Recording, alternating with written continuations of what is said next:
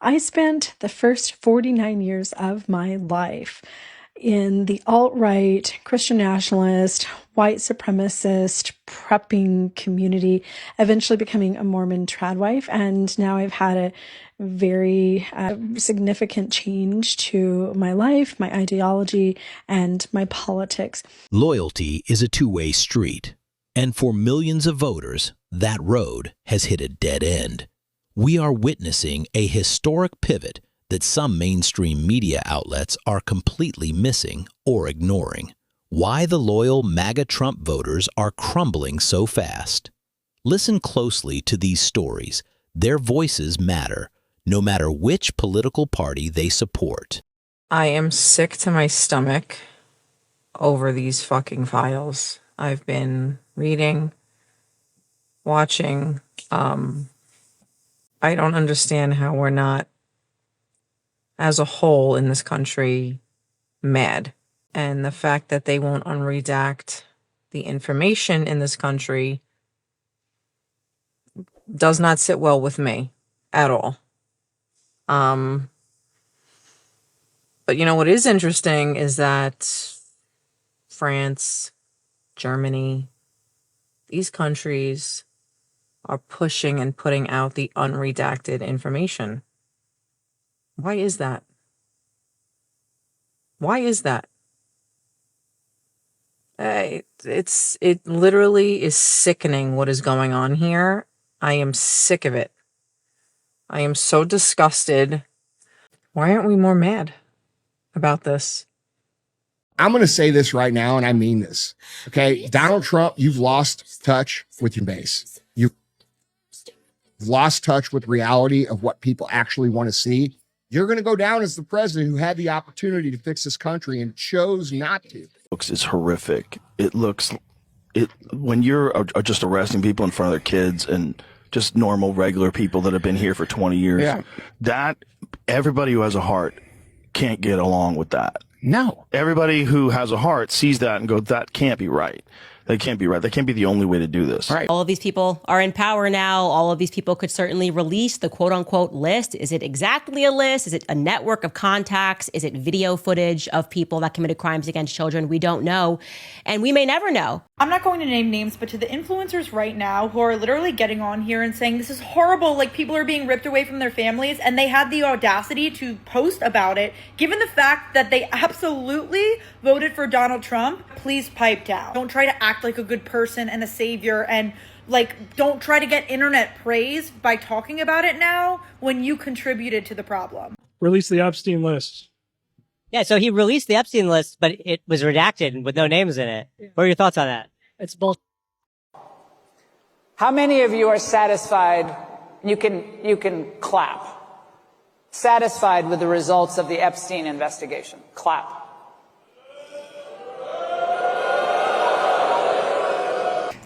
Even Marjorie Taylor Greene knows that Trump and MAGA are done, and she is distancing herself big time.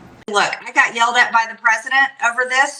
This is why he called me a traitor. He called me a traitor because I would not take my name off the discharge petition, because I stood firmly and said, no, we're going to release the Epstein files. I'm standing with women who were as teenagers. I'm not standing with the government. I don't support the cover up of all of this stuff, whatever it may be. And the president got mad at me, and he's told me, and I've said this multiple times, he told me his friends would get hurt. The Trump administration is involved in a cover-up, no doubt about it. Thank you for saying that. It's true. A lot of the MAGA base is pissed off about this, because Trump ran on law and order, draining the swamp, and he's covering up for the deep state right now. They basically ran on releasing the Epstein files. Right. He lied. Trump lied on his social media platform called True Social. Let that sink in. Pam Bondi lied. They're lying. Boxer Ryan Garcia said on Twitter today, quote, "This is my public declaration and announcement. I'm reclining, he meant rescinding, my past support for Donald Trump. Anyone that was involved in anything to do with that island and what they were doing, I just can't support in any way. Children need to be protected. Everyone knew better. Justice for all. Here's one from Trisha Hope, a January 6th activist. So as MAGA as you can possibly get, I feel physically ill knowing I worked so hard to support Trump, and it appears he's a sick you-know-what. I can't fathom the evil mind a person has to harm a child. Here's one from Dan Bilzerian, who previously endorsed Donald Trump, saying, quote, the Epstein files are a Democrat hoax. That's a real quote from Donald Trump. He is such a piece of for gaslighting us to protect these bad people. I no longer support Trump. I no longer support the Republican Party. Do you feel Donald Trump poses an existential threat to American democracy? I really do. You do? I do. So you're like, Donald Trump, I'm done with him. No, done. Yeah. Completely done with Donald Trump. Completely done. It's make America white again. It ain't about making America great again. It's making it white again. That's true. I would like to first apologize for my past MAGA activism. Had I met all of you when I was in MAGA, I would have deemed each and every one of you to be an existential threat. And for that, I'm sorry. You did not deserve to be dehumanized in that way. This is a real text I received yesterday. I want to say sorry for everything. Sorry for the anger, the stones thrown with so much force there wasn't room for a peaceful exchange as longtime brothers. I am sorry for the gasoline I brought to a huge fire in a place like social media. I apologize for self-righteously calling you self-righteous. I know you. Shame on me. I also have never regretted supporting a side more in my life. Not that I was extremely right or anything like that, but what I'm seeing is completely and utterly unrecognizable as anything good, and that's what you were trying to say. And you were right. I was just angry. I love and miss you. No reply needed. Just wanted to say I'm sorry and that you were loving enough to be completely honest with me and not dismiss me. This text is from a friend of mine who I was very shocked to have come at me so hard during the election when I was outspoken against Trump. It was hurtful. The reality is, we've all heard from folks who have voted the same way for 30 years who are now looking for an exit ramp. It's the silence from Republican leadership on the issues that actually matter to them, like their paychecks and their health care, and of course, the Epstein file drama that is causing this massive voter uproar. So how are we, the people that voted for Donald Trump, supposed to continue to support him when his name has been mentioned 5,000 times in these files that have been dropped? Honestly, I'm a little bit shocked at how people from my party, I'm a conservative, I have conservative values, voted for Trump, etc. How are we making excuses for Trump? I'm truly baffled because he wasn't convicted. I mean, how do you get your name mentioned that many times? I think it's time that we hold these people accountable that are doing these disgusting things to children. Irregardless of who you voted for, what you support, we can call something bad that is bad and still be conservative, you know?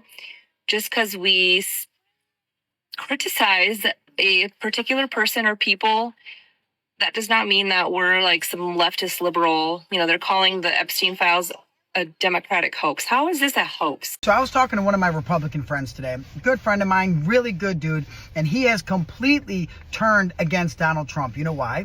Because all this Epstein file stuff is coming out and the depraved and disgusting and evil shit that is filled in there. Real bad when you lose the NRA and the reddest state in the country on this.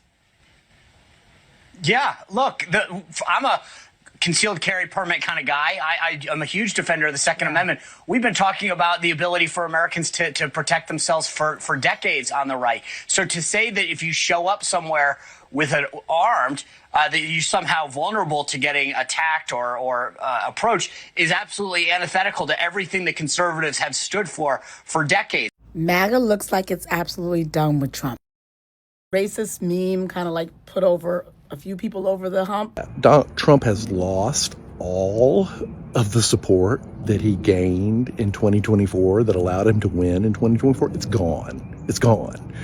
And there is growing evidence that his parts of the GOP base are very, very upset and are not planning on turning out in elections to reelect any of these assholes.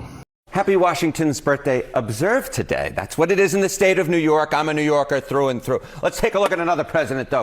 President Donald John Trump. Look at this. I got 4 numbers across for you on this screen here. They are all second-term lows for the given pollster. What are we talking about? AP Nork, 26 points below water. NBC, 22 points below water. Yahoo YouGov, 20 points below water. Quinnipiac, 19 points below water. So we're ranging from negative 19 points all the way to negative 26 points.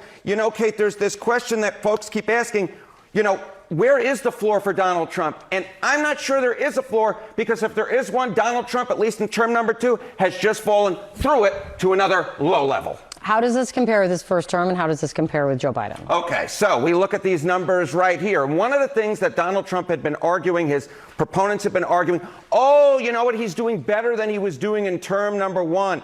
No longer is that the case. What are we talking about here? Okay, net approval rating at this point in the term. Look at this. 22 points below water on average when you average all the pollsters from the last slide. That is actually lower. That is lower than he was at this point in term number 1, when he was 17 points below water. So he's doing 5 points worse, and he's doing way worse than Joe Biden was doing at this point in his term number 1, when he was 13 points below water. So the bottom line is this: Donald Trump is setting new records for himself in term number 2, setting new records for himself compared to where he was at this point in term number 1, and he's doing worse than Joe Biden, which is, of course, the comparison that Donald Trump does not want to be, because we all know what happened to Joe Biden. His party lost the House in term number 1, that in midterm elections, and of course, Joe Biden was not reelected to another term. At this point, the numbers are no bueno for the President of the United States. What's driving this that you're seeing right now? Okay, Kate. You know what? This is the segment. We have done it over and over and over again because he keeps setting new lows for himself. What are we talking about? Well, we're talking about independence. We're talking about independence. When you lose the center of the electorate, you lose the American people. Trump's net approval rating among independents, at this point, you go back term number 1, he was 17 points below water. Now, according to Quinnipiac, he is 27 points below water. I don't understand how this works out well for the President of the United States. When you are 27 points below water, underwater, with the center of the electorate, with independents, you lose, your party loses. I left MAGA, and here's why. My name is Jenny, and I am former MAGA. I'm 51 years old. I spent the first 49 years of my life in the alt-right, Christian nationalist, white supremacist, prepping community, eventually becoming a Mormon trad wife. And now I've had a very significant change to my life, my ideology, and my politics. A couple months ago, I decided I wanted to write a breakup letter with Donald Trump right after the inauguration. I did actually email this to the White House and print up a paper copy, put a stamp on it, and mail it to President Trump. Has not responded to it, but I just want to read my breaking up with Donald Trump / MAGA letter for you. I sort of wrote this in the tone of like a middle school girl, because they're the queens of breakups, right? Hey, Donald. I know you're busy burning food for Gaza and spray tanning, but I needed to sit you down for a minute and talk about us. This isn't easy. We've been together for a while. I stood by you when everyone said you were unhinged. I defended you at Thanksgiving dinners with my Mitt Romney and Joe DeSantis friends and family. I wore the damn hat. I waved the flag. I thought we were building something real. But the truth is, I was in love with a version of you that never actually existed. So yeah, I'm breaking up with you. I left MAGA, and here's why. Number 1, you love bombed me, then discarded me, and it feels like I'm going to get whiplash. In the beginning, you swept me off my feet. You told me you drained the swamp. You said you'd protect the little guy. You promised to bring jobs back and make America great again. You talked tough, and I thought that meant strength. But it was all a show, wasn't it? Turns out you didn't drain the swamp. You are the swamp. You didn't protect the little guy. You handcuffed him in the middle of his kindergarten graduation while giving tax breaks to billionaires. And all that greatness, it was smoke and mirrors, staged for the cameras. I thought you loved America, but really you just love attention. You did all of this so that you could stand on the balcony of the White House with jets flying overhead wearing that dumb red tie and misshapen suit so you could post some good selfies to your ex feed. Number 2, I lost myself in you. Do you know what it's like to wake up and realize you don't recognize yourself anymore? This isn't just a ripple. It's a tidal wave of change in public opinion towards the Republican Party. What do you think the final straw for MAGA Trump voters should be? Please like, comment, and share this video and subscribe for more in-depth stories shaping America. And check out the video on the screen to watch more now.